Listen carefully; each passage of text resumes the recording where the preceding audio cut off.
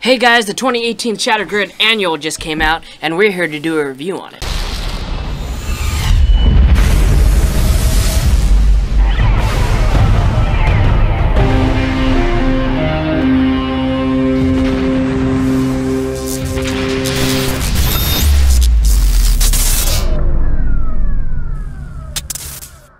Alright, before we go into this review, we're going to give you a little disclaimer that there is going to be spoilers. Spoilers! But if you don't mind spoilers, be sure to watch this video. If not, be sure to pick up the 2018 annual of Shattered Grid, read it, then come back, and then you guys can share your comments with us in the comment section.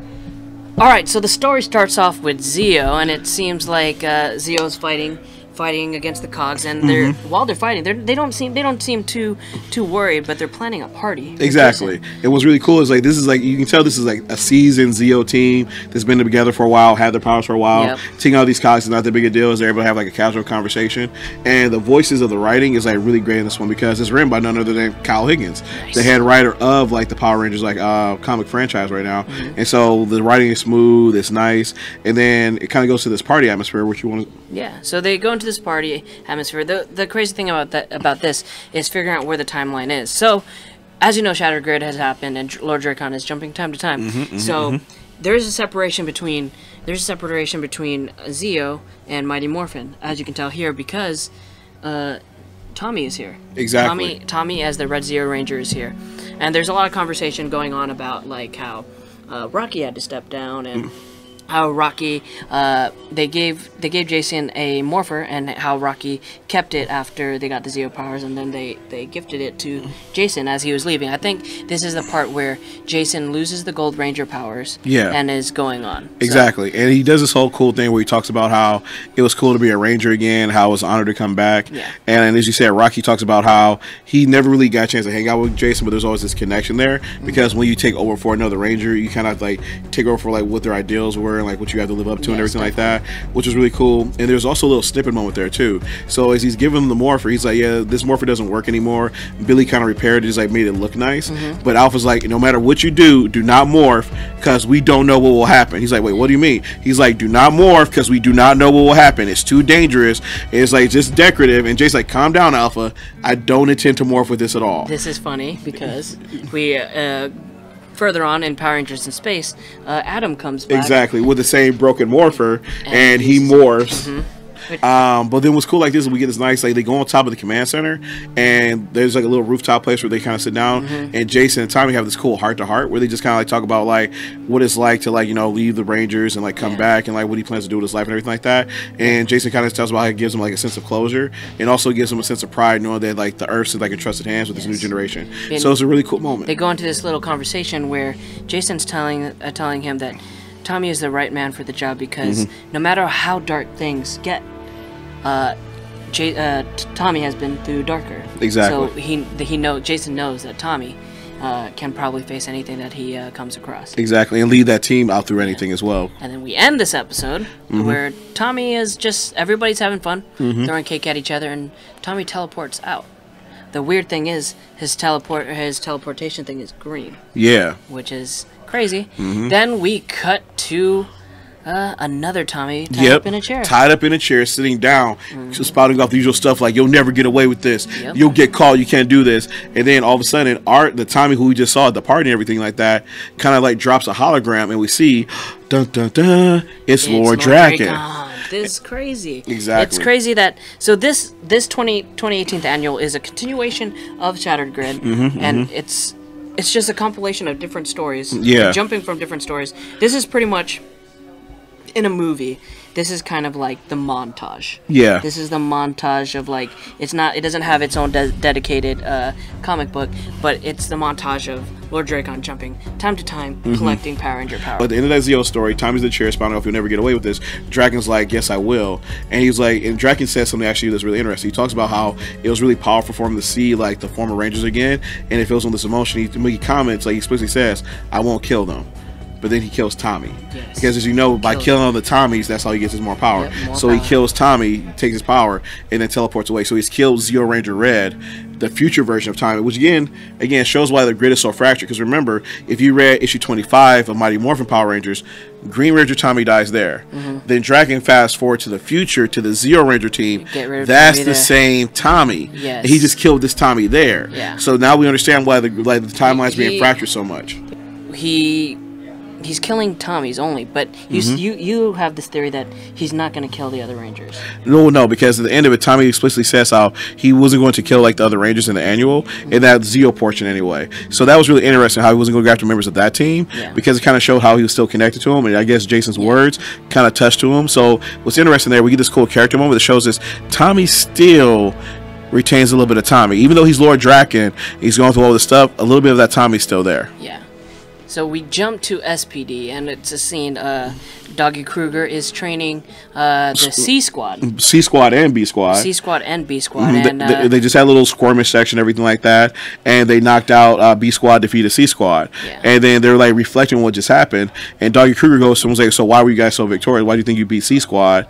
And then instead of being like, oh, because of teamwork or because like, well, experience or what have you, SPD Red and SPD Blue are in the background cracking jokes like, yeah, because C Squad sucks at fighting. See, that's messed up, because if you remember from SPD, they started off where, B Squad was the actual B Squad, where they were not, they were the kind of, they're the washouts. They're the group of Rangers that they weren't actually in the spotlight, and they felt like they needed to prove themselves. So you think that in the same situation, they would appreciate C Squad in that way. Like, exactly. I see what you're trying to do. I see that you're trying to make a name for yourself. But no, Let's work together. It was yeah. So it's like, it's kind of sad because instead of being humbled, as you just said, they've kind of like gotten a little bit cocky, and Doggy Kruger kind of like yells at them for it. But the moment right when this happens, boom, Draken and his army shows up. Yeah. So Draken and his army shows up. They begin invading.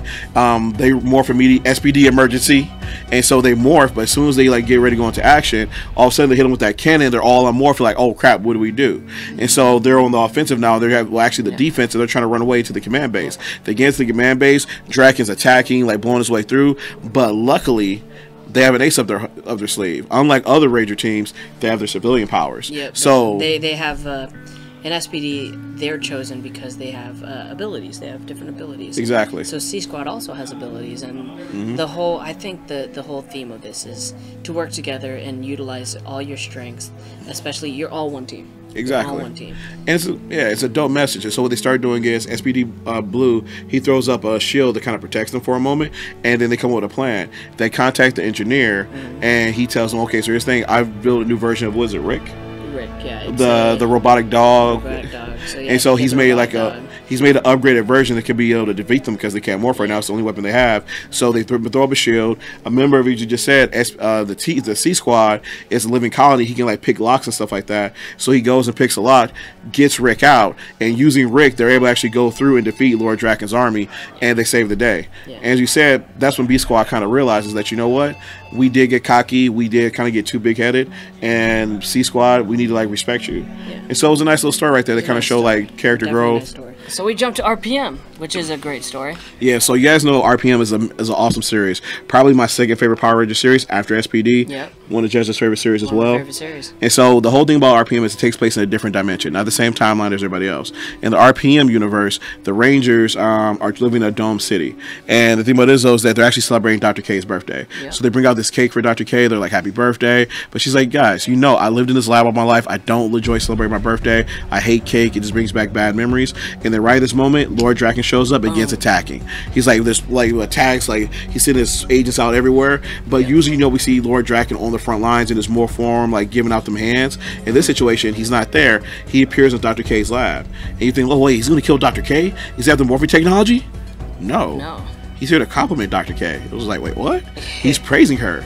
He's saying that she's a great leader, that she's done everything that he only dreams to have done, and he's come here to recruit her. She's like, wait, what are you talking about? He's like, through the Vantrix virus, which she created, she wiped out 90% of Earth's population, like saving their environment, harnessing their resources, and all of that. But the other 10% of the population lived under her dome. And so even though they don't even realize it, she's kept them safe and protected them. And so in a way, she's their leader. She's the one who's in charge. And so that's what he wants to do, but he wants to do it throughout the entire timeline. He wants to eliminate all threats and use his power to bring everyone under his his control to protect. And it's kind of like this sick dictator thing. But then that's when Dr. K looks at him and was like, no, you're wrong. Oh, so RPM ends with Dr. K like hearing all this stuff, and she says, no, I've never killed anybody intentionally.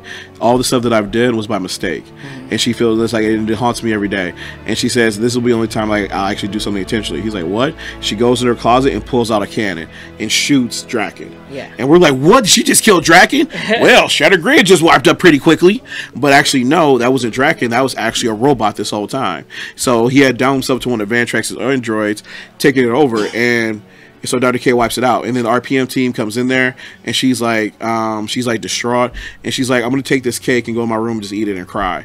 And the team starts laughing, but in the last panel we see Dr. K's actually eating the cake and crying because she's distraught. She still feels guilty for everything she's done. She still blames herself. One good thing I think that this 2018 annual, it's definitely the comics, the Rangers that Kyle Higgins and the team have chosen are all fan favorites. These are all stories that fans really grew to love as far as the series, and he's giving us a deeper look into the mythos behind it. All the little things that you don't get to see in Power Rangers, he's like talking about in the comic, like which leads into Power Rangers in space. And one of the big things that we always talk about is how willing TJ was to take a step down and become the Blue Ranger from being the Red Ranger. So it's the next story is a great story that shows the little conflict between Andros and TJ fighting. Andros is still an alien. He doesn't understand human feelings or anything like that. So he doesn't understand where TJ is coming from when he TJ is obviously battling some inner demons or like feeling like he let his team down and feeling like he wasn't worthy to lead his Power Ranger team. And this is originating, and this is showing in his actions that he wants the team to be more motivated. He believes in being so responsive to threats and whatnot. He wants them to be more active. He wants to be like, you know, the initiators. And so he's like, we need to be out there. We don't need to be sitting in the like spaceship like playing games or playing cards. We need to be out there looking for threats. And Andros is like, look, you have to accept you're not the Red Ranger anymore. I am. I'm the leader of this team.